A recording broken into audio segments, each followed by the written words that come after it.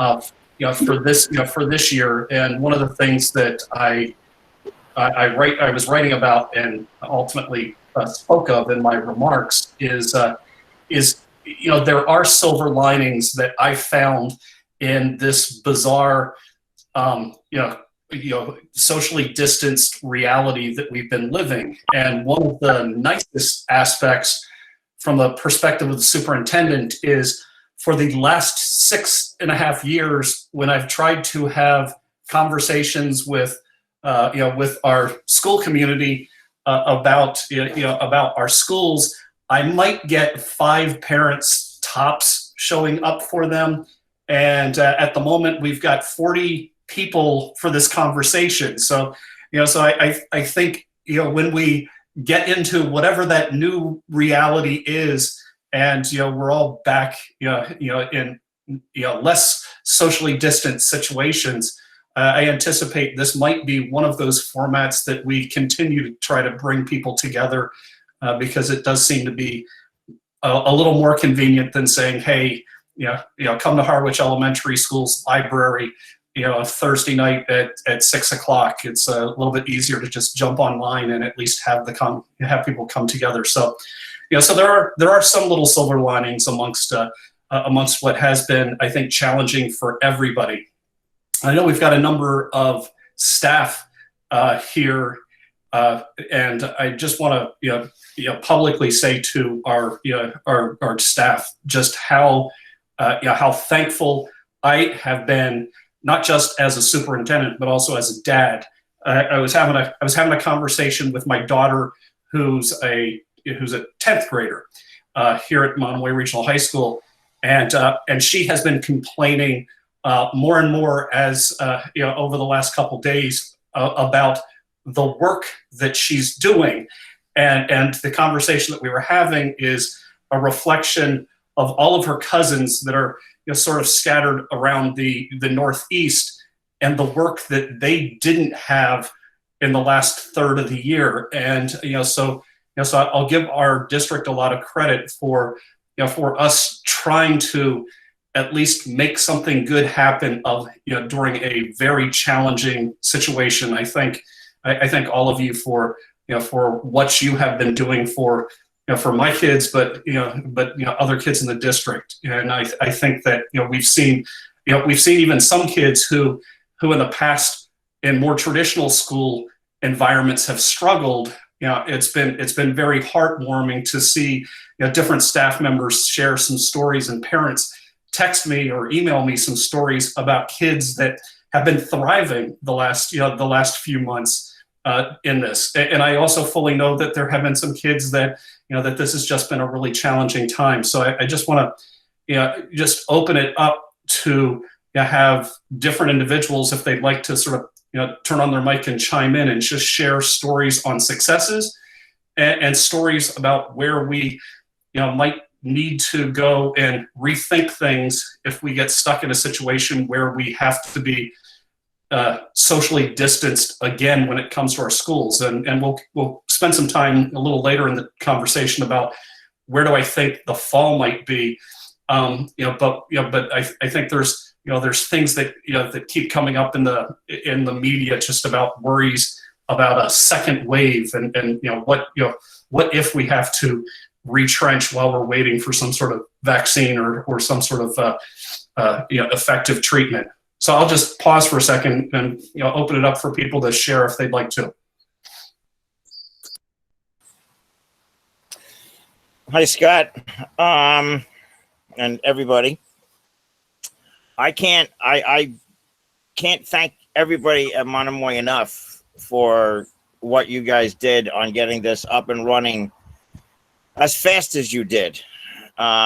Taking those 5 days off from the day the school closed, taking those 5 days and using them as snow days, and then the following Monday morning getting the kids getting the school up and running really was amazing and commendable.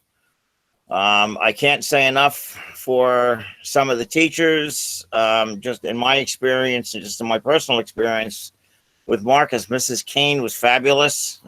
She spent a lot of time online with the kids, At first, just introducing them to the whole idea of using a computer, introducing them to this whole new classroom, which was wonderful.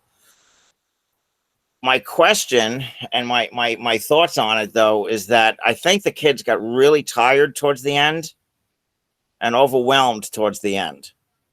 I know that Marcus attended every single class and handed in every single assignment for about 2.5 months. And then the last 2 to 3 weeks, all of a sudden, assignments weren't getting handed in. He was losing his focus and stuff like that.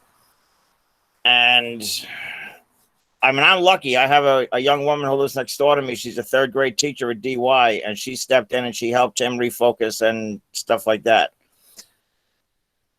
Just from my experience, I'm wondering, is it possible, like, if we end up doing this next year and we have the 8:45 homeroom and the 9 o'clock class and the 10 o'clock class and all of that, is there a possibility that in the afternoon at, let's say, 2 o'clock, they have another homeroom and ask, how are you doing on today's lessons? How are you doing on today's work? How far behind are you? Do you need help? Where are you on getting it accomplished? Because I think that takes a lot of work off of the parents, because the parents are trying to juggle a lot on trying to keep focus on the kids and do their jobs. And how many kids do they have? So maybe the teachers can jump back in again in the afternoon. Just a thought. It's a great comment, Dan, and I know even one of the superintendent's own children, as we have hit the last couple weeks, I'd be getting a little text. Can you pick me up at Bank Street Beach? And I'm like, were you doing your Google Meet from Bank Street Beach? And I think that that they're all kind of hitting that point of ready for next Monday can't come soon enough for for them.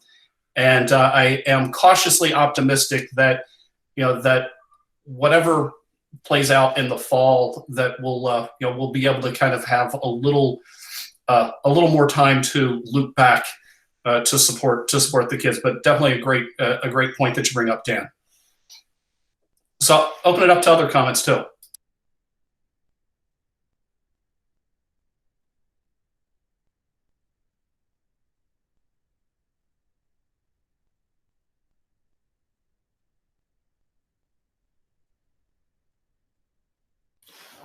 George Sopel here. As a teacher working online, I've been amazed at the resiliency of a lot of the kids who stay on their assignments, and obviously it's not optimal and so forth, but I think it's a credit to a lot of you parents who respond to emails from teachers.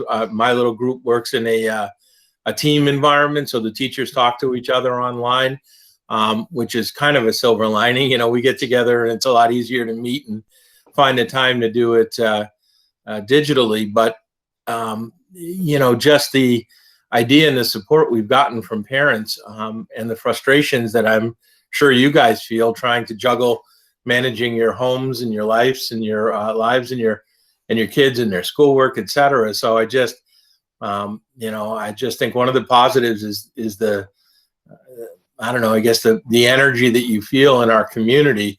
Like Scott said, that there's 61 people on here right now, and the support that I've seen anyways as a teacher from parents and from the kids who keep plowing ahead and doing the work. I mean, they're like, you said there's a couple days left, and there's kids that are still writing paragraphs and answers to questions.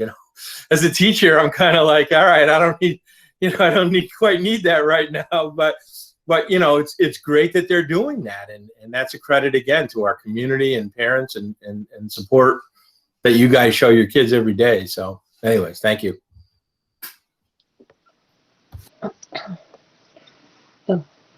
Scott? Am I at? Yep, we can hear you, Rebecca. Okay, sorry. I had emailed you because I have kids at the high school, middle, and elementary age. And in my email, I had commended the middle school tremendously because I feel they just did such an amazing job with everything. I mean, all the schools did really great. I should have just come in, but I was curious because I know my high schoolers, they're doing great, but they definitely kind of felt that burnout to the end, and they're now playing catch up these last 2 weeks of school, which is tiring. And then on the other flip side, for the elementary school, I have a third grader, and I mean, I feel like the different levels of the elementary school, some people are slammed with work, some are not, but my third grader really didn't have a heck of a lot. I mean, he would be doing 20 minutes of IXL, 20 minutes of Lexia, he'd read, and then he was pretty much done for the day. But his teacher was wonderful. He had Miss Mulvihill at Chatham Elementary, and she was fantastic for him. But I guess one of the things I was wondering is the middle school had such a great model of how they ran their classes. I didn't know if that could be something that could be looked somewhat at the high school level. I mean, like I said, my 2 high schoolers have 10 minutes of classes, and some days it was like pulling teeth to get them to go. Because I just said, you get 10 minutes, just log in, go, talk to your teachers, get the assignments done. So whereas my middle schooler, I never had to fight him to go at all. He was happy to log in. He loved talking with his teachers. They were great at constantly reaching out to him. So I just, as an idea for next year, if this is what ends up happening. And George Sopel, you have my son Noah, and he loves you filling in. You've been wonderful for him. Thank you. When I talk about what I think might be in the tea leaves for next year, Rebecca, I'll talk about where I think the state might be heading. But I think as sort of a teaser for that, I would say that I believe if we have to do any sort of remote as we go into the fall, I think the Commissioner of Education is really looking at this has been sort of that ramping up. When we launched into this as a school district, one of the things I put out to our staff, and when we took those 5 snow days, I was sharing this with my daughter too, because she didn't realize this. I said, you do realize our teachers were only off for 3 days, and even during those 3 days, they were preparing for the transition. But the teachers spent 2 days in professional development. They were coming in small groups, getting trained on how to use the technology to go launch into virtual classrooms the following Monday. And so when we put out the initial guidance to our staff, we had said, for the first 2 weeks, let's go slow, and with sort of a mantra, go slow to go fast, later on, that you have to kind of take the time, make sure that everybody's with you, and then we can pick up speed. And I really think statewide they're looking at, okay, you've had a chance to do some virtual learning, and now you can pick up the speed as you're moving into to a fall that might have some virtual component. I think that what I'll credit our district with is our district is moving much faster than virtually all the districts in the state of Massachusetts. So I think we're in a much better place to go start ramping up whatever virtual might have to be as we look into the fall. Okay. It's been great though. Scott, I'd like to jump in as a teacher. I enjoyed a lot of the remote learning, and I didn't think I would. I enjoyed making Loom videos to help kids understand. I think we really did a pretty good job, all considering. I just want to share some numbers with you. My freshman class of 24, only 10 came regularly to the meets and regularly completed the work. Out of my class of juniors, 22 juniors, only 7. And then my creative writing elective of 14 students, only 3 or 4. So I have wonderful ideas, and I had all kinds of interesting plans and fun assignments. I was even going to try to do a virtual Gatsby party. I planned them. I had the music going. I was going to decorate my room back here. I can't do it for 3 kids. You know, you can't, the energy's not there. And so, and I understand why we didn't make it mandatory. I get it, because of course not everybody has the equal access, but not having, you know, even for me, I was so excited on those early weeks, and these last 2 or 3 weeks have been tough to be excited about what I'm doing still, because I've only got a small group that I'm talking to. And some are doing the work on their own without coming to the meets, and that's great. I'm glad they're getting some of that work done. But even the interaction, the discussions, I mean, none of that's happening. And I could put out an interesting question and say, I'd love for you guys to get, and again, only 5 or 6 kids would respond. So that's been my biggest issue. It wasn't just the seniors, that it's still going on. My freshmen have been the best. They've been the best, but even there, it's been 10 kids. Juniors, forget it. They just, so many of them just dropped, and I don't, you know, I'm just talking with guidance all the time. I don't know what's going to happen with credit, but I just wanted to share that. That I think it was an interesting and great learning experience for me, and there was a lot that I enjoyed. I just wish that I could have more fun with more kids. So that's all I wanted to share. So just to follow up on what one of the things that Lisa raised, you know, first, equal access, which I think is a great way of stating it, Lisa. And I see in the chat, April has asked about families that don't have internet access or devices. As a district, one of the things that I think we were really lucky with is that we had one-to-one with our 5th graders through 12th graders.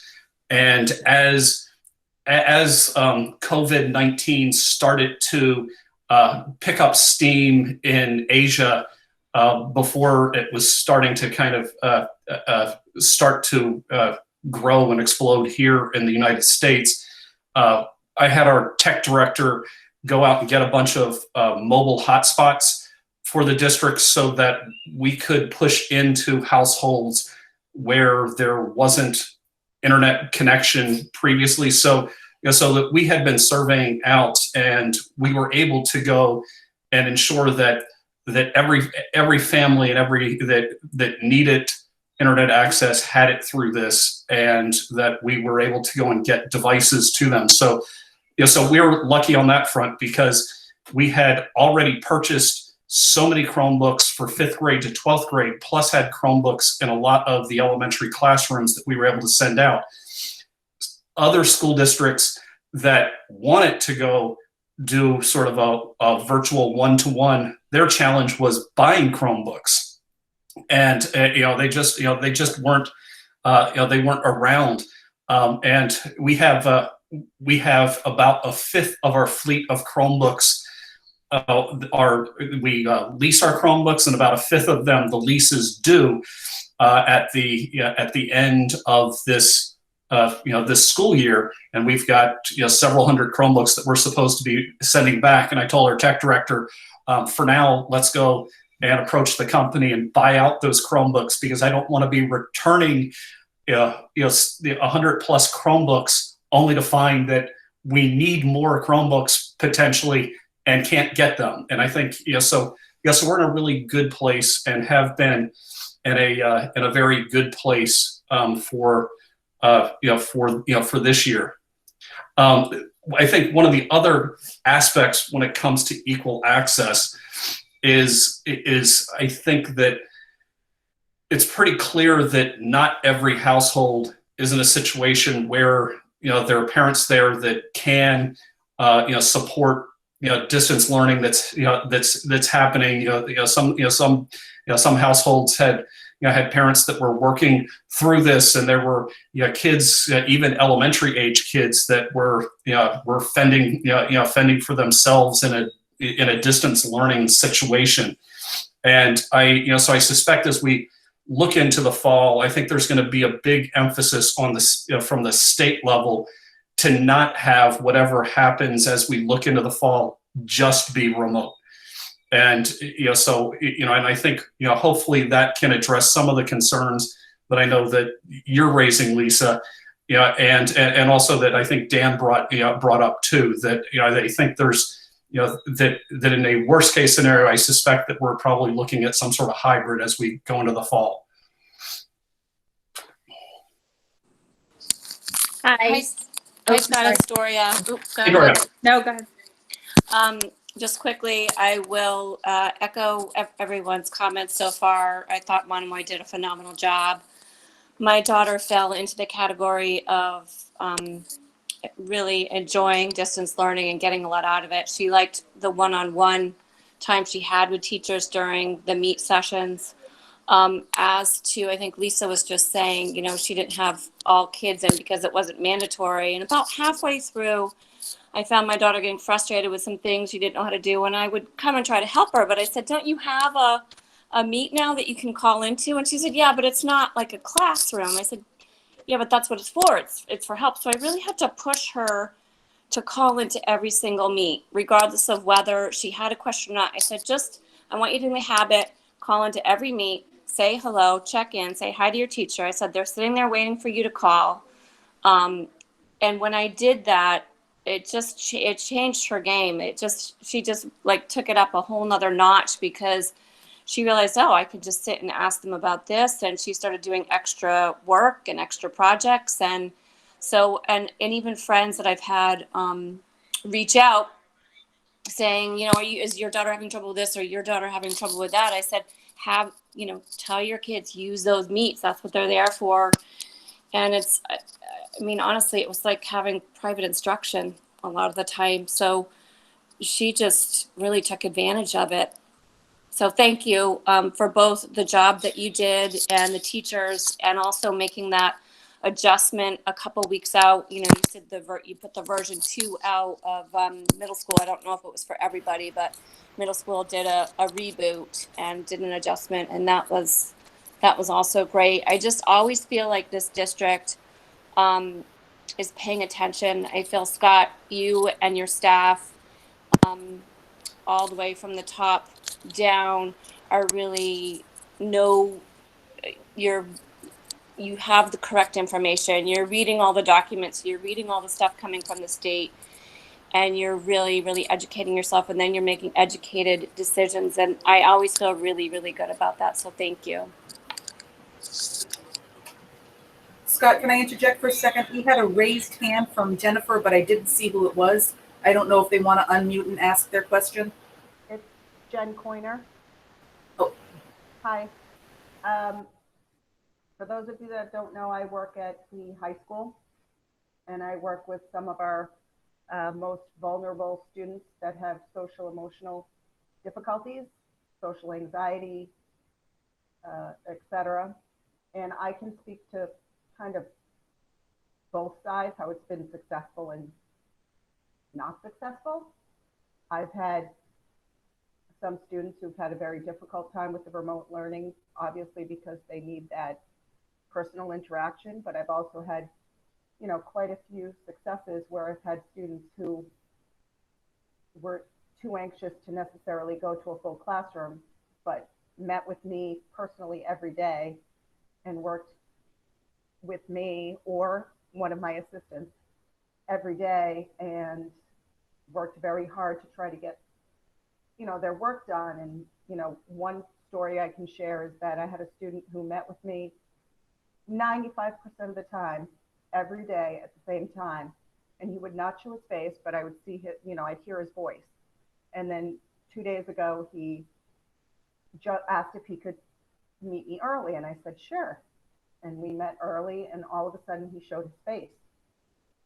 And, it was, he said to me, thank you for everything you've done the last 3 months, but I wanted you to see my face for the first time. So it is very challenging, but there are plus sides to it for some of these students that really struggle. So that's all I wanted to say. Thank you.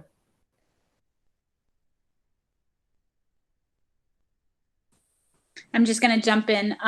So I'm the parent of two high schoolers, and it's like a tale of two kids at my house, right? I had a high school senior who, thank you, Lindsay Ginnity, dragged her hand and pulled her across the finish line. And so guidance couldn't have done more. And I also have a freshman who said, I wish school wasn't ending because it gives me something to do.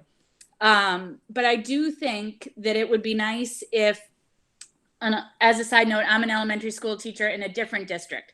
So I think elementary school teachers just have more communication with parents because we rely on them to get the kids set up for the meetings and all of that.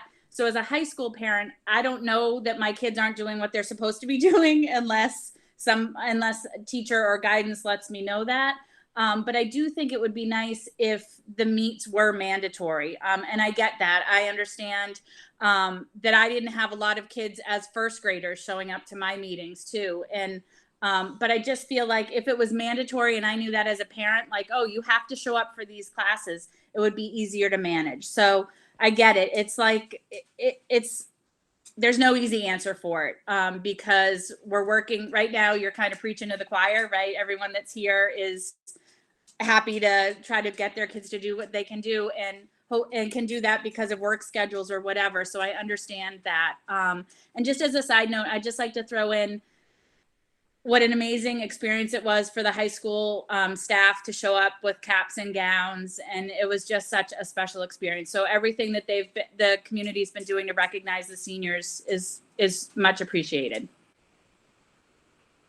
For those who don't know what Stacy was mentioning, if you have kids that aren't at the high school or kids that aren't high school seniors, I'll give our high school administration a lot of credit. They spent an entire week on a school bus and they went to every senior's house to deliver their caps and gowns and to take pictures of the senior in their cap and gown. But not only did they give each senior a cap and gown, they gave each senior a envelope with letters written from different staff, just letting each senior know how special they are. So, again, that's an administrative team that's going above and beyond, but it's also a lot of staff behind the scenes that made that really special. And I know for my senior, he spent a lot of time going back over those letters from everybody. So again, thanks to all the staff that were behind that one.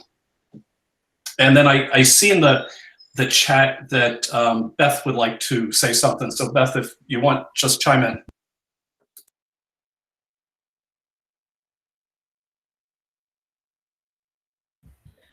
Beth, you're not unmuted.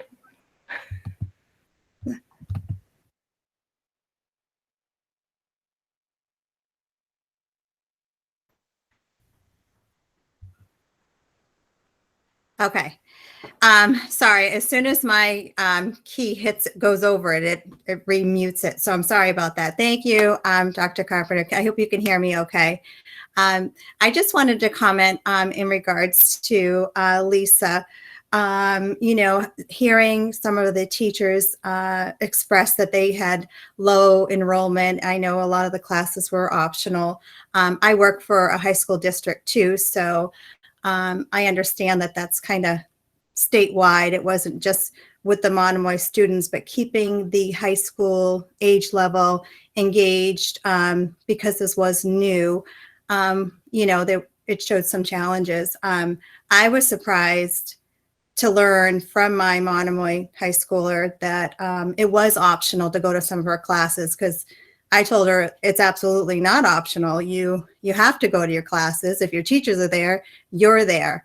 So I did find her doing multitasking while she was in class. And again, I encouraged her not to be doing that because I wanted her to be fully engaged.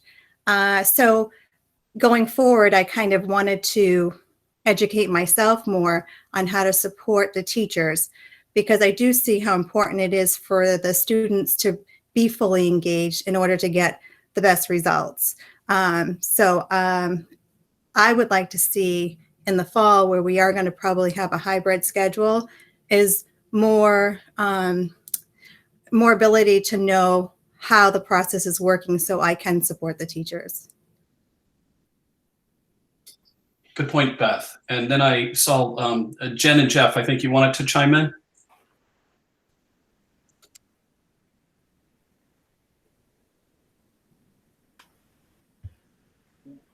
Can you hear us? Yep. Okay, thank you. We just actually wanted to say thank you to our teachers. Rory's in middle school, and how do I get back to the thing so I can see people? So Rory has Miss Whittegren and Miss Hannah, and they were fantastic. Every day, like clockwork at the meetings, on time, engaging the kids. I mean, we actually heard things like, so-and-so, you can't lie down in bed, you need to sit up and, take your head off the pillow. I mean, it was really remarkable what these women were able to accomplish with the kids remotely. So we just wanted to give feedback that they were wonderful, and we really appreciated how you, after the first introduction, you they paused and took feedback about, is it too much, is it not enough, and then readjusted, and it was great. So we just wanted to say thank you.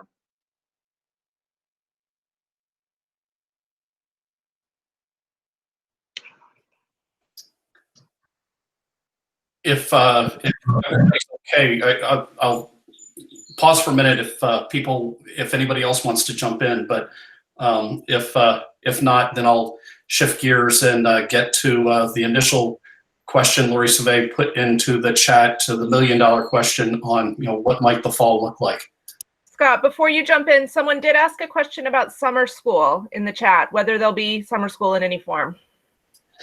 So there will be a summer school. We're gonna at Monomoy, we're gonna do summer school virtually, and for students that have extended year special education services, there will be sort of a virtual summer school that happens based on what the fall starts to look like as we get further along in the summer. We'll likely do some transitional face-to-face things, and want to support all students as we head into the fall for whatever that might actually look like. So before I jump to the $1 million question, is there anybody else that wants to chime in?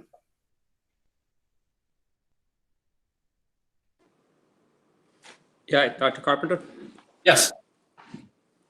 Yes, Jason Silva, my daughter, as Jasmine, she's a senior, and son Mitch, he's going into 10th grade. And one of the things that we have seen on a couple occasions, not all the time, is that they have logged in for classes and the teachers have not been there. So still along the lines of the attendance, where I said, they logged in and no one was there, and logged in, no one was there, and there was no prior notification that the class was canceled and that there wasn't going to be any online class that day. So just wanted to get your thoughts on that.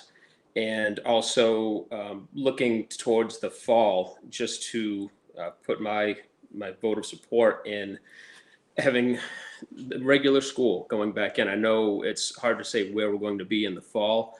I'm a business owner, so I live my life by what phase and what day we're in, as I'm sure you look at the data of where we are on a daily basis. And I hope that trend continues to show that we can, continue to get these kids back into school. I know that you'll be following whatever state guidelines they hand down, but I would just, advocate for not having anything overly restrictive past that. I think that's just, not fair to the kids at this point. I just, like I said, I poured through the data and looking at the 0 to 18 and the statistics and the numbers. I mean, on a daily basis of the risk and reward and what they're missing out with being in that school environment. I just think that it's an invaluable experience at this point. That was just my thoughts on that. Like I said, just getting back to the attendance and with the students. Someone else had mentioned that the teachers were saying that it is not mandatory to check in, where I understand the first few weeks and maybe a month, kids that had issues with getting online or internet access, I understand that. But as we go forward in the next months and years even, that will have to be that problem which you touched on will have to get resolved. But to have it told to the students where, this will be mandatory. This is a school. It's not the physical brick and mortar school, but this is just as important. And this is going to translate to them further on in life. Like I said, in my business, one of the first things I did was I called my IT guy and I said, we're going to need to increase the internet on this property because the rest of the world is going to be working from the living rooms for a few months or years or permanently at this point. So, these kids are entering a whole new phase of online learning and an online workplace that they're getting into. So, I just think that the foundation to have them learn that, it's not just optional now that we're not all face to face, isn't really going to fly in school, and it's not going to fly in business after this too. So that was just my thoughts on that. Thank you. Jason, thanks. You actually bring up some good points, and I kind of loop back to my my comment on silver linings. As an educator, one of the things that I have thought is likely something that we need to be preparing every single student that's currently in Monomoy, that at some point in your future, you're going to need to take an online class. Little did I know that we'd have a pandemic that would force us all to be taking taking online classes. But that is a future direction that that every one of these students at some point, either in their higher education or when they're preparing for training for a job that they're on, are going to have to take something that's online. And I've always thought that mandating an online class would probably be a good thing as a graduation requirement. Of course, now we kind of check that off. 1,900 kids in Monomoy have had some experience with online learning. In terms of teacher attendance, my suggestion, if it were happening in the future, I would just shoot an email to the teacher, shoot an email to the principal.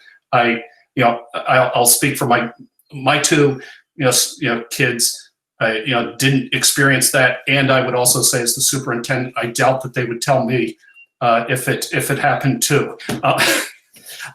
So I do think that I think the big question on should Google Meets be mandatory in the future?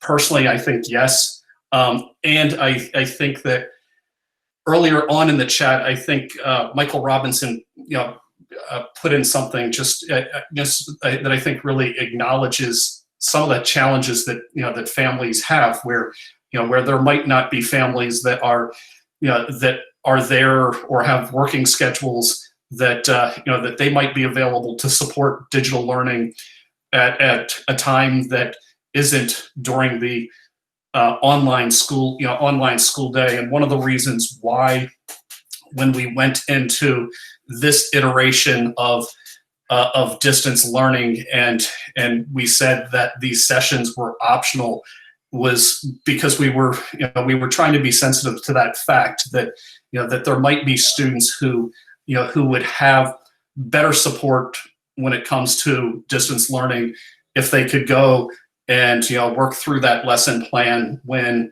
when parents are are available in the evening, but not necessarily available when when the rest of the school day is happening.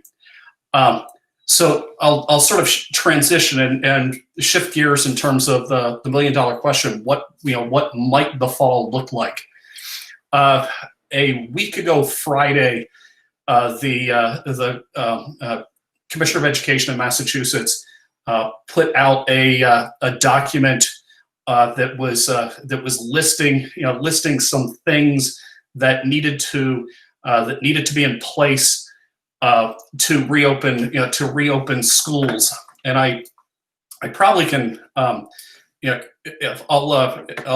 hit the present now mode for people that are that can see it. I think I can open it on my desktop here. So if I can get to this.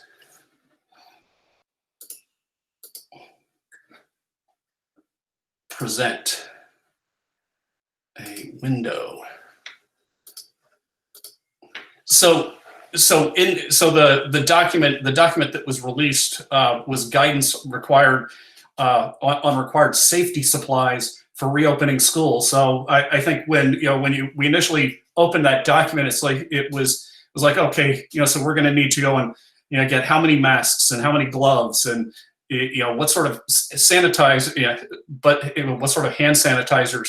But on the second page of it, it started to get into what the state was looking at as things that needed to be in place for schools to reopen. First one, no brainer. Stay home if people are sick. That students and staff must wear face coverings.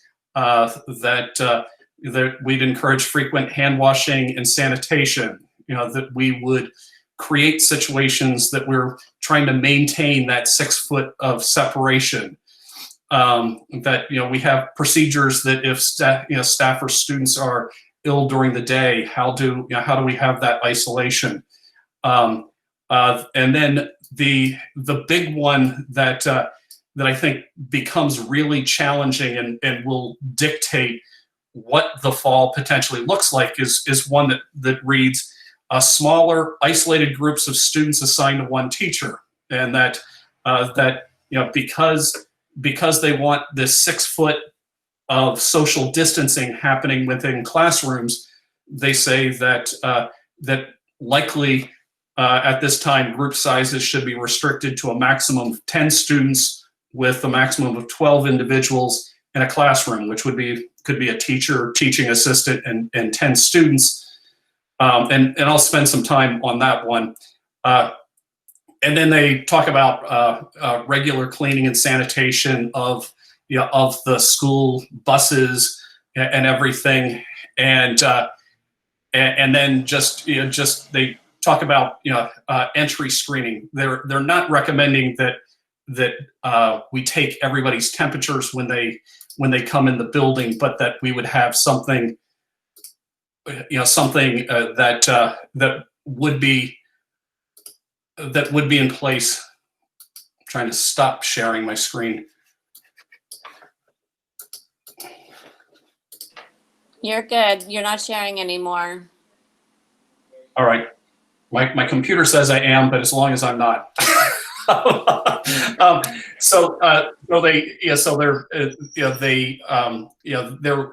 They're not suggesting that temperatures are taken, but they are suggesting that that we would have postings all around the school about reminding people about the social distancing and washing hands and everything else. But that piece on that class sizes could only be 10 students becomes the interesting challenge. And I think that it was Beth had mentioned that that when we come back in the fall, likely we'd be looking at some sort of blended situation where kids are in school and potentially some kids are at home involved in distance learning, and that one clause on the size of a grouping that we'd have would really drive that potential, because you can imagine if we take one of our elementary schools, we have class sizes that are usually right under 20 students. So we could have half the kids there one day, half the kids the other day, and stay within that guideline. I want to emphasize that I had mentioned earlier before with the few people that had shown up just a little bit early that that I do think that the state goes and floats out ideas and then looks to see how do different individuals, parents, the legislator react to it, and then decides, okay, do they need to walk back? So 1 week later, I was on a phone call or a Zoom meeting with the commissioner, and the commissioner was saying, well, it might not be 10. Well, so I don't know exactly what that number is, but it does seem that they are foreshadowing exactly what Beth said, some sort of blended approach where students might be in school sometimes and at home sometimes. In terms of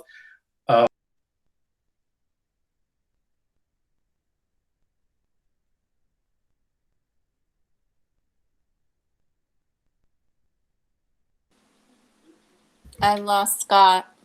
Yep, I think he accidentally logged himself out. Let's see if we can get him back in.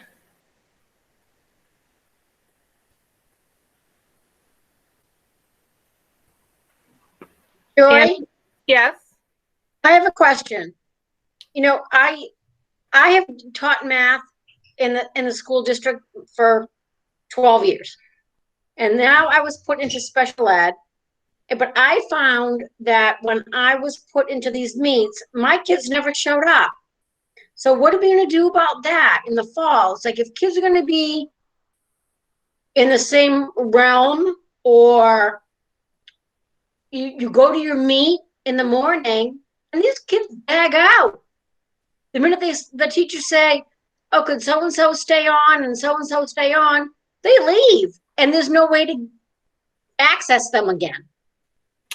Yeah, that's an issue for me. I think that's the same thing some of the other parents were saying, even with the older kids being concerned that they were not attending. And I think that's something we'll just have to communicate out really clearly in terms of expectations, you know, when and if the parameters are set for the fall. But I see Scott has rejoined us. So you see what I'm saying? It's like they come in, they get their attendance in, and they bag out. Technology. Well, where was I whenever like my screen froze and I was like, I have no idea where in a sentence my screen froze and. Well, Scott, I was just talking to Joy about the fact that kids kind of come into the meet in the morning to get their attendance, and the minute that they're given their assignments, they bag out, even though they've been asked to stay. Well, my son, who was writing his class president speech for graduation, I believe was referencing in that what he perceived as some of his classmates' approach, which is they had learned log on early, have your mic and camera on, slowly turn your mic off. Slowly turn your camera off, then turn your mic off, and then go back to sleep. Which I was emphasizing to him. You might want to remind everybody that they need to change those ways as they head into next year in college. Scott, I know you had lost track of where you were when you cut out. You had just started talking about the blended learning format that might be in place, and a couple of questions that you may want to address as you start discussing this is folks have asked questions about air purifiers in the classrooms and the guidance that recommends one teacher stay with a class of kids and how that would translate to the middle and high school level, and how things like UAs and seminars would be integrated into any sort of hybrid model. So those are all sorts of things people are asking about. If you want to touch on those as you move on. So, let's see. The air purifiers, we purchased as all of this was playing out. We have foggers. We have a lot of things to go, go make classrooms, sanitary, and get, kill off bacteria, viruses. But I think the challenge that I was talking about in this blended learning is 10 students creates a situation where potentially we would have students one day on, one day off. Where I think I was heading before we logged out is I was heading towards mentioning we had surveyed families, and I think many of you responded. We had 600, I think, some parents respond to the survey on distance learning, and next year, And one of the things that was in that survey that was extremely important is that I think 40+% of our families indicated in order for them to go to work, they needed schools to be open. They needed kids in classrooms because they couldn't work if their if their kids, particularly their younger kids, were at home. And I do think that as a school district, that's something that we're going to have to go and wrestle with. How do we support families that have younger kids so that the parents can get back to work? And as a superintendent, I have to look at this. I've got a number of teachers that have younger kids that aren't going to be able to go and be back in classrooms every day if they have a kindergartner that is still at home. And because and you might say, well, we could they could go to daycare or something like that, but all of those daycare type services and childcare services all are going to have these same restrictions that the schools are going to have with that that groupings, those groupings of 10. So I do think that we're going to have to look really hard as a school district on how we support families, particularly those with younger students, to have classes happen every day. So we'll that's some of the things that we're going to have to wait to see what the state guidance is on. Is it 10? Is it 15? Students, and try to figure out how we structure an educational program that makes sense, because I am concerned that, and I think that I think Rebecca Metters, when she was talking about the elementary level, we have to make sure that our younger kids are all seeing a year's worth of progress happening, and and that we're not seeing our younger kids falling half a year, a whole year behind, because that's going to go impact them further along. Again, one of the things that I can say about our distance learning, and some good news for Monomoy. If you've got middle school students, the middle school did, we use this measures of academic progress map testing, and we map tested the kids remotely to see how their learning had gone this year relative to last year. And at least our district has data that our kids did as good or better in this odd year that we've had than in the past. So so we know that there's been some learning that's happened, that's good. But I do worry that that I don't want to lose ground at the elementary level. And then when we look at middle school, our older middle school and in particular our high school students, I do anticipate that in the fall, worst case scenario, we're seeing some situation that might be day on, day off, day on, day off. But in the day off, I suspect that we'd be in a situation that they're in virtual sessions all day long.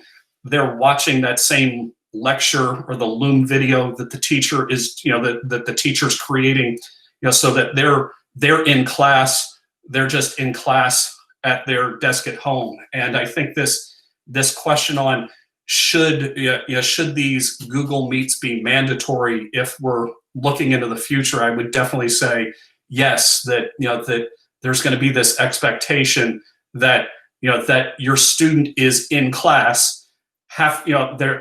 They may be in a situation, in a worst case scenario, if we look at the guidance that's coming from the state, that there's half of them in the room, but the other half of the kids need to be present in that room too. And we will have to use our technology to go have them be part of that discussion and part of that dialogue.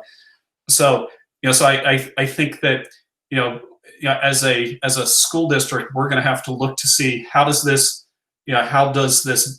guidance from the state come out here over the next couple weeks, and work with our staff to create a way to to have that that happen. But if I was to go and show my cards as a school superintendent, there's going to be a lot of emphasis on my part on how can we go and get younger kids there every day as if we can find a way to do that. And with our older students, definitely whatever's happening in the classroom, even if you're at home, you're going to be part of that. That we'll be broadcasting. You're going to be expected to be in that classroom, if that makes sense. I'll stop there on that piece and just ask if people have questions. I haven't had a chance to kind of scan the chat. There's a whole bunch in the chat, actually. One question seems kind of specific about summer school, so I don't know if you want to address that or direct them to their building principal. It's about who exactly is going to qualify for summer school. Yeah, so I think if you have questions about summer school, you could talk to your building principal or your child's special education liaison, and they'd be able to answer that question and guide you to that information. And what would the plan be for eating lunches in classrooms and the regulations around buses under the guidelines? So I think when it comes to lunches, I've joked that I'll have to go and have our head custodians in each building, take a deep breath and just let them know that yes, we'll be eating in classrooms, but I suspect that we'd have lunches brought into classrooms and not have children going into a large cafeteria. And much the same way, I suspect that that if we have any sort of special, that the special would be pushing into a classroom rather than students heading out of the classroom. And I think somebody had mentioned in terms of classroom spaces, we can imagine that we will likely go and utilize all sorts of different spaces in the building as classrooms so that we can get as many students spread out in buildings, in our buildings, to stay within whatever that class size guideline is that comes out. We had a question from Dan who just left, so maybe we can just respond later on that one. And then we have a question about if the elementary kids end up having virtual schooling, will it be a full day instead of just morning meeting? I suspect that for our elementary kids, as I said, my hope and is that we focus on getting our elementary kids into small groups and into school. I do think that whatever we do, if there's a remote situation, that we would want to be doing that same sort of broadcast out. But I think my hope is that we can focus our resources on supporting students, our youngest students being in school, again, both for their own educational good and future, but also to support the 40% of our Monomoy families that if their younger kids aren't there, they're not going to be able to work, and that goes for a number of our own teachers. Mark has a question. Mark, if you want to unmute and go ahead and ask away.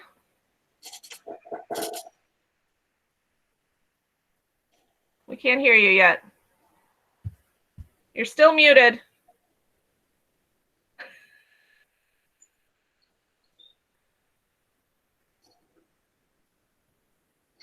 Mark, unmute. If you're using a computer, Control D will usually unmute for you.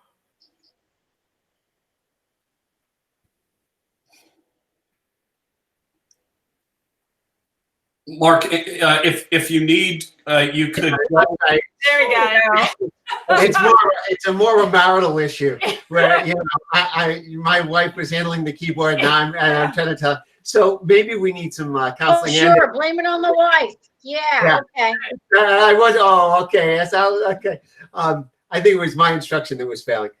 No, I was going to comment about spaces, and I can't imagine elementary education, except that, you know, to some degree, I'd like to think, God almighty, get kids outside the classroom. I mean, take them outside. Obviously, weather's inclement.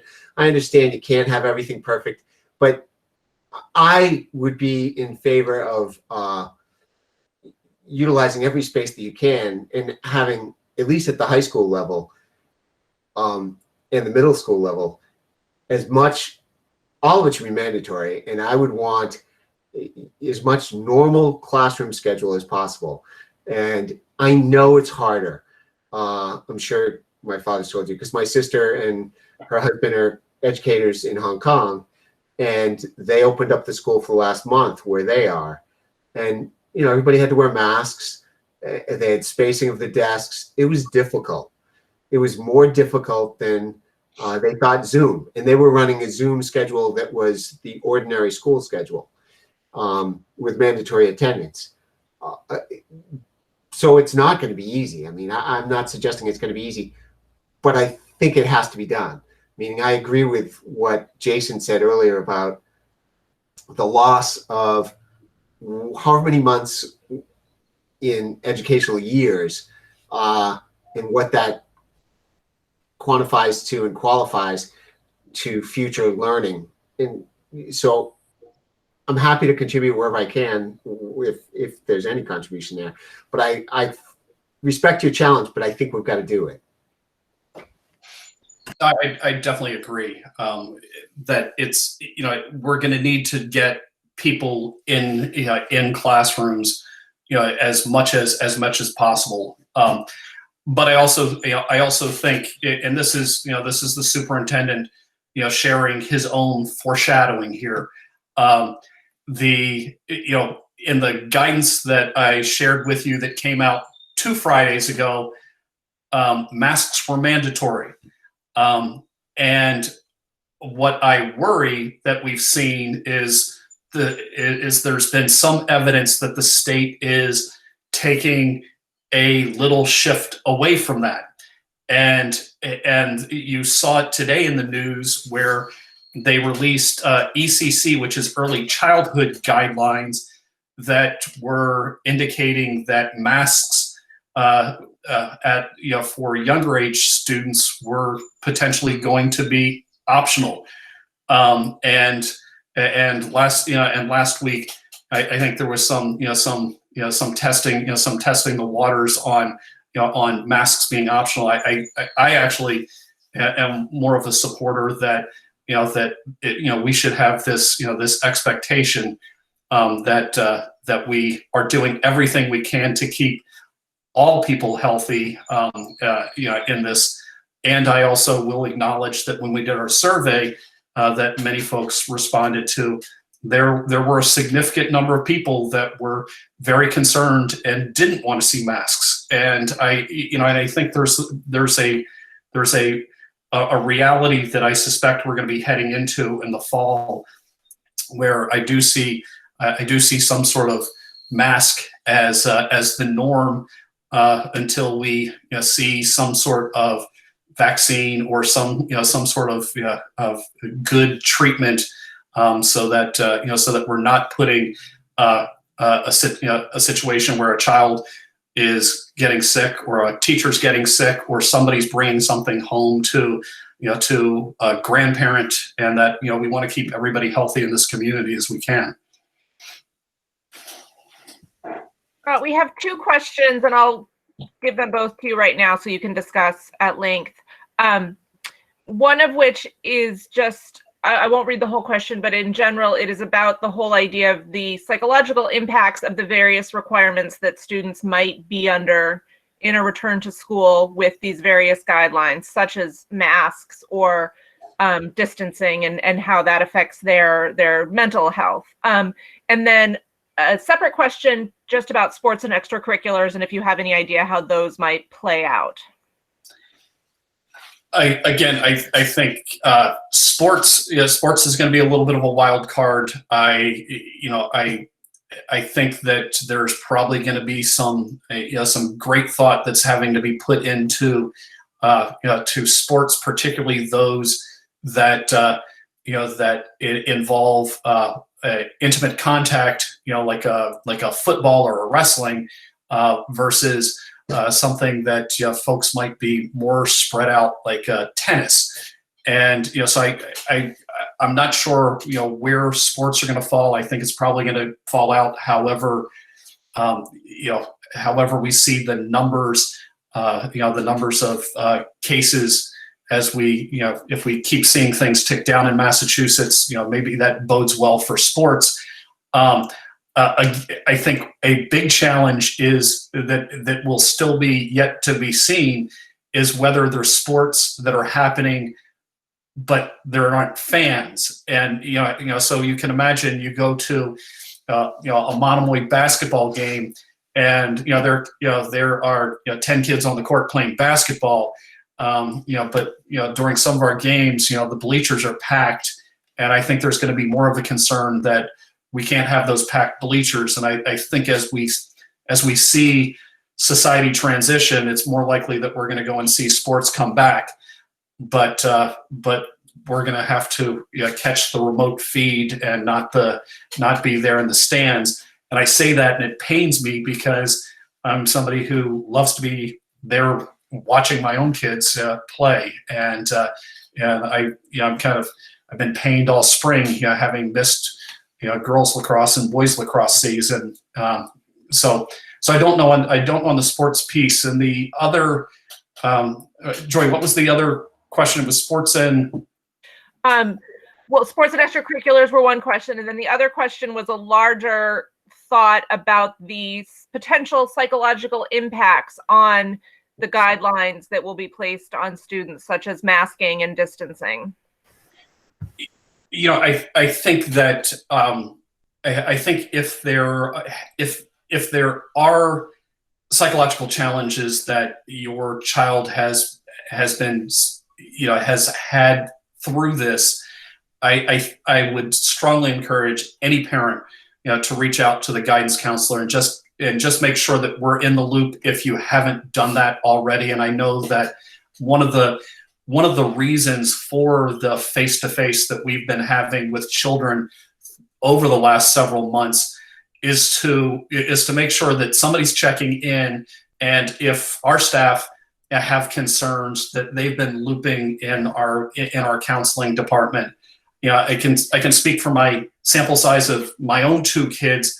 I think one of the most beneficial things in terms of their social emotional well-being is just getting in a situation where they're back with their friends, even if we have to have guidance that you need to go and keep some space with their friends. But I know for both of my kids, and I probably speak for for the vast majority of the children out there, it's that not being there with your peers, and while it's nice that you can go and connect in Google Meet and Zoom sessions, and I think my kids have just been clamoring for for that face-to-face. And I know as this went on, my son would be like, can I go and hang out at Chick-fil-A with some friends? And there'd be 3 guys, 3 teens pulled up in 3 separate cars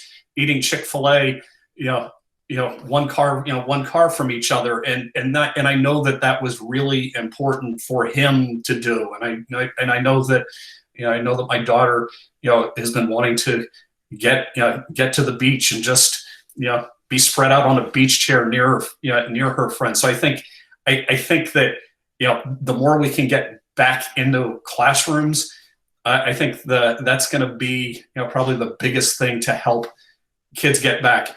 But again, if you think that you have a son or daughter that's going to have some unease when it comes to coming back to school, and concerned about either the potential to get sick or concerned about masks, and that might make them uneasy, let us know. And those are the kids that we'd want to focus on in those weeks going up to school to try to help with a transitional plan for them as we get back to whatever the new normal is.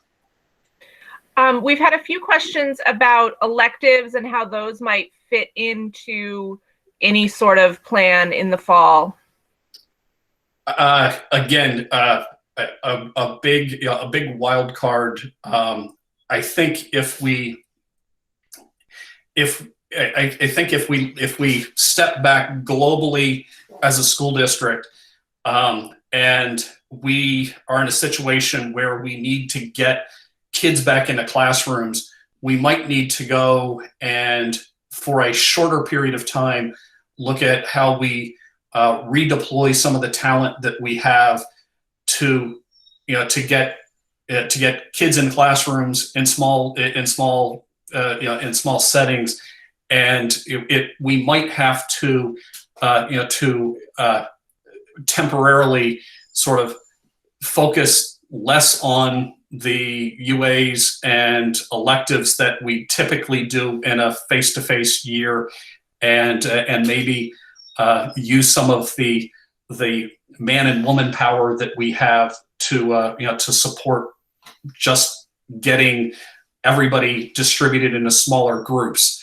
And again, I think that's going to be one of the biggest management challenges that I see as a superintendent is managing whatever this small grouping is, and so I think other parents that have chimed in here, there's this want to see kids back in school, but if I can only have them in groups of 10, I've got to go reorganize temporarily somehow to go make that happen. And we might have to go and say, okay, we're not going to do this one elective temporarily so that we can go and focus on other things. And for a teacher that teaches that elective, we're going to still need that teacher. We would just use that teacher differently temporarily, because this too shall pass. We just don't know when. And I think even the health experts would say that in an optimistic scenario that by this time next year, hopefully sooner, that we're in a place where we can go back to a normal middle school, high school schedule, UAs at the elementary school, everybody in the classes that we all had envisioned for next year before COVID-19 was a thing. So we do have a few more people that are questioning masks and how to get their child to wear them. And I know you've already discussed this a fair bit, so I don't know if you want to keep talking about that until there's more clear guidance from the state on exactly what that requirement will be. But we do have a couple questions about students with special needs who might require physical assistance, and how does kind of the social distancing play into supporting those kids? I think when it comes to students that need assistance, we have one-to-ones that work with those students, and we'll work with our special education team on how that one-to-one support looks and works. And I know I see Carrie here, and I know Carrie's got her her charge, and I think I think our one-to-one support has been happening really effectively during this remote challenge that we've been through, and I imagine that we'll transition and find a way to support students as we come back into whatever blended environment it is. We did have one question about whether any electives could be done on virtual learning days. And I don't know, Stacy, if you want to elaborate on that, or just are asking in general if that's a way they could be integrated. Sure. I'm just thinking that for high school kids, those are so important, right? And if those, if you're talking about a rotating schedule for high school kids, could it be that on the days that they are at home, those are the days that they're getting their electives? And I know first of all, I just want to say that I understand this is not you making the rules, this is the state. And so if people are upset, then you have to contact the powers that be in the state. But these as I said before, I work in a different district. The rules are the same for everybody because they're coming from the state. So I understand that, and I understand the scheduling nightmare, but just something to think about, that maybe the electives could be on those virtual learning days. Yeah, it's a good point, Stacy. I don't know how it'll fully play out, and again, I think it's gonna depend on whatever that magic number that the state dictates that class sizes are limited to, and I think that we'll have to look at the staff we have and how do we deploy it to make sure that that we're seeing kids go and progress in their learning, and again I think it's been clear from the state level that they've looked at this spring as sort of the beginning, and now it's time to ramp up, and things I've heard the commissioner say is that because the commissioner was saying that there should be no grading, that that you can imagine as a formal high school teacher, if I tell my students that nothing's going to be graded, there's a good chance that they're going to deliver me nothing. And we at Monomoy intentionally at our middle school and high school tried to go and ensure that kids were responsible for turning in something, and I think that has helped push things along. I know that my daughter, my 10th grader, has worked as hard in the distance learning up until probably this last week than she has during the regular school year, and I think that's gonna that bodes well for kids, so that we're in a place where I think we can sort of leap forward and say, okay, folks, it's for our high school students, this is high stakes. These grades are going to show up on your transcript. And it's not, this isn't it's a option, grading optional. Jen Connors has a question. Jen, I'm just going to let you jump in and ask it yourself, because I think that would be easier since it's more of a suggestion than a question. Yeah, sure. So hi. I was wondering about the option for parents who are less inclined to want to send their kids to school for the full day. There's a lot of data out there that says, the acquiring the virus is more likely the longer you're exposed to it. So duration of time inside a building. So I was wondering if you guys have thought about offering the core classes in the mornings, and then more of the extracurricular or the arts and stuff like that in the afternoon, and letting parents dismiss their kids like home for lunch for the day, and then they can do remote learning in the afternoons, if there's going to be some flexibility for parents who are not super comfortable having them there for full days. So I'll share my, at least where I kind of sit as an educator.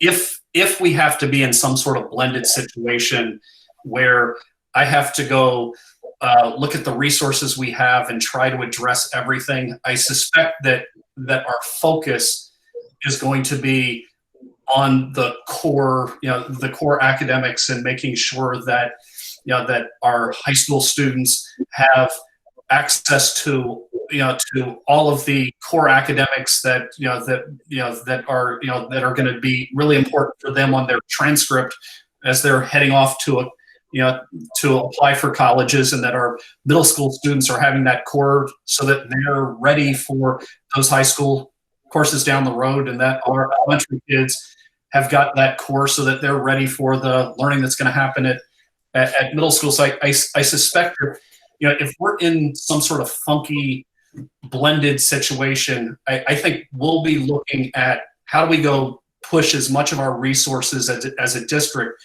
towards that towards that course. I can't imagine a situation where we're saying it's going to be core academics in the morning and you can choose to stay in the afternoon for the elective program, because I think I need to use that elective program to support the core and having as small classroom sizes as we can during the day.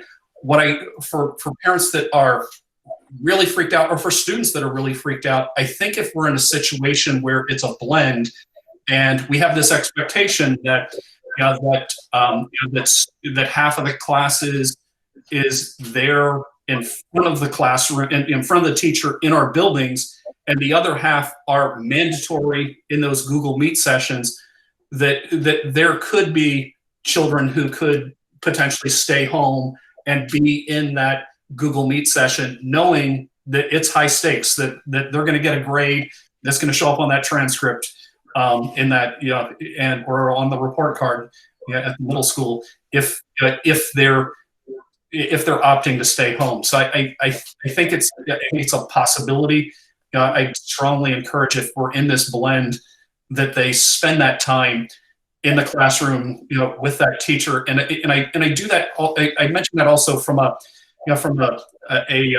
social emotional connection standpoint. I think one of the things that we were blessed with here is that we've got a bunch of great teachers, and I went into this with our staff and emphasized that that we have connections to kids, and let's leverage that and leverage those connections, and let's roll out a face-to-face before most of the districts in the state were thinking face-to-face. Roll out a face-to-face approach to distance learning so that we can leverage the connection that the teacher has. And I do think that getting into that classroom and interacting with that teacher face-to-face or mask to mask, as the case may be, I think is an important thing to building that connection. Well, I guess I'm just saying, if we don't want to send them for the whole day. 8 hours or 7 hours is a long time inside a building. So is there going to be an option for parents to say, okay, she's going to go, for half the day on the days that they have school instead of the full day, if they can go home and join via Google Meet in the afternoons? Yeah, and I'd say they could, as long as they're part of that class and know that their attendance in that Google Meet counts, I see that as a feasible reality. Great, yeah. No, and I get the social stuff. Yeah, super important. So thank you. Scott, we have a couple of questions. One is, I'm guessing, unknowable at this point, and that's whether you know exactly when the state will give its final guidance. And then a second question just about how the buses will be handled and how you'll do distancing on the buses. So my gut is that the state will put something out, I hope, and boy, I hope that they'll do this by the end of this month. Because realistically, it's going to take us, if we get it at the end of this month, it's going to take us July to figure out how we're going to implement that. And typically this time every year, we're sending our middle school kids home knowing what their schedule is for next year, and our high school kids are going home knowing what their schedule is next year, and our elementary kids are going home knowing who that, or at least, and even if we haven't communicated out to families, we've actually gone through a whole scheduling process and everything. We, as a district, have not scheduled the high school for next year because at the moment we don't know what next year's supposed to look like, and that scheduling process is going to take us about a month to do at the high school and at the middle school. So it's so I hope that we see this guidance in the next couple of weeks, because it's going to mean my team is going to have some heavy lifting to do over the summer to have us ready to reopen with whatever that blended schedule is. I just want to be mindful of the time. I think we had said this would end at 8 and it's getting close to that. So I want to give everybody an opportunity to ask any final questions they might have, and to give you the opportunity to say any final comments you'd like to say. I just want to chime in on, I know on what I sent out to parents, I said that there was one thing I just at least wanted to put on your radar screens. And that's that the state has come up with some money for what they call a Student Opportunity Act. And we, at our last school committee meeting, I had been talking with our school committee over several prior meetings about what we would want to do with Student Opportunity Act monies. We're going to be looking in the upcoming future. I think because of the COVID-19 situation, between budgets and budget challenges that COVID-19 might present, and our ability or inability to bring people together for professional development, we want to roll out a new elementary ELA English curriculum. And I suspect that we've got that coming a year out. So not for this coming school year, but for next school year. And ideally we'll get in a situation where we can have that professional development, but we're really excited about that. And I would just like to, compliment and thank the teachers that were involved in that decision. They presented, their research on a new elementary ELA curriculum. So there's that one. The other thing we're really excited about is trying to leverage a lot of the connections we have in our community, particularly our retirees who have college educations and connections with colleges, and really work with families that haven't had, where parents haven't gone to college, or that parents are in a situation that they're not seeing colleges affordable for their child, and trying to leverage those resources in our community to really focus on helping more and more of our kids see four-year college as a possibility and a financial reality. And that's one of the things that in the upcoming year, you'll see more information coming out from Joy Jordan on, as we try to connect kids with sort of college mentors, so to speak, and we'll start that not junior year. We'll start as they're beginning at the high school as early as 8th grade.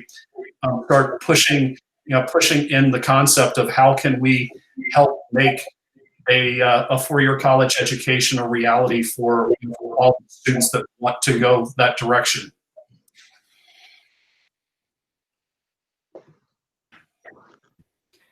Do we have any final questions or comments for Dr. Carpenter before we close up?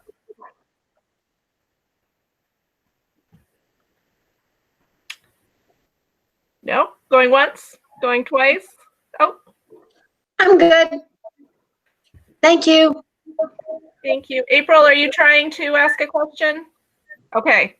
Just unmute yourself and ask away.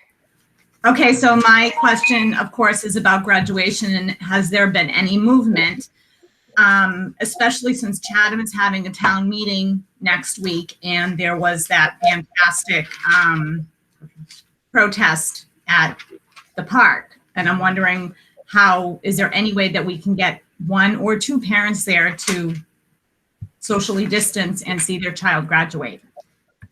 So a good question. So Chatham has a town meeting that they're holding next Monday, where everybody is going to be spread out on the field that the Chatham Anglers play on. The reality is, it's one of those decisions that's not made at my level, but we received guidance on what graduations can look like in Massachusetts at this point, and the reality is that in June and even into late July, Massachusetts is not supposed to be allowing anything but virtual or drive-through graduations. I was, and again, we had, if there were kids that graduated about a week and a half ago from Cape Tech, where they went to the Wellfleet Drive-In. They saw the graduation video, but nobody was allowed to leave their cars. And when we surveyed our families, we clearly folks want to see the graduation happen happen at home. Ideally, we would love to be in a situation where we can have more than graduates there, but at the moment, all we can have are like graduates and a skeleton crew of folks. So that's not a decision. That's not a decision that gets made. That gets made by me. But we had to go, work with the Harwich Board of Health, and I give them a lot of credit for, for supporting what we are doing. My argument with them and with those at the state level is the Massachusetts State Police last month had a graduation ceremony on Gillette Stadium where you had 240 future state police officers all spread out, socially distanced on the Gillette Stadium field, with the governor presiding over the ceremony. And I to folks that do make decisions that you can't hide behind that type of graduation ceremony and say, well, the governor allowed it for the for the future state police. Please allow that for us. So that's how we got to where we are, and we won't be in a situation at least next week where we can have anybody but the graduates and the skeleton crew on campus. Before we wrap up, there's just a couple of comments that were in the chat that I want to share to make sure everybody hears them, because I think they're important. One of them is from Lindsay Ginnity, one of our high school guidance counselors, and she just wanted to express appreciation for everything the parents have done, and she acknowledges what a tough job it was on the parents, and from the school side wanted to express that appreciation. Another parent, and I'm just going to read his comment directly. I just wanted to say, with state requirements, education will be harder and more expensive than ever. So I hope the parents at this virtual meeting this evening will advocate at town meeting in favor of the school budget. So I think that's something important to remember. And I just want to make sure everybody knows that there's going to be a graduation processional prior to graduation next week. So we encourage all community members and teachers and friends and families to come out and cheer the graduates on as they drive from Chatham to the high school for the graduation ceremony, and that information's on our website. And any final comments, Dr. Carpenter? I just want to thank everybody. I think we had, we had at some points over 90 people in this virtual meeting. So new record for for people coming to a conversation with the superintendent. So thank you for being here, particularly on such a pleasant evening, for giving up your evening to be here. So thank you very much. Thank you. Thank you, everyone. Bye. Thanks. Thank you.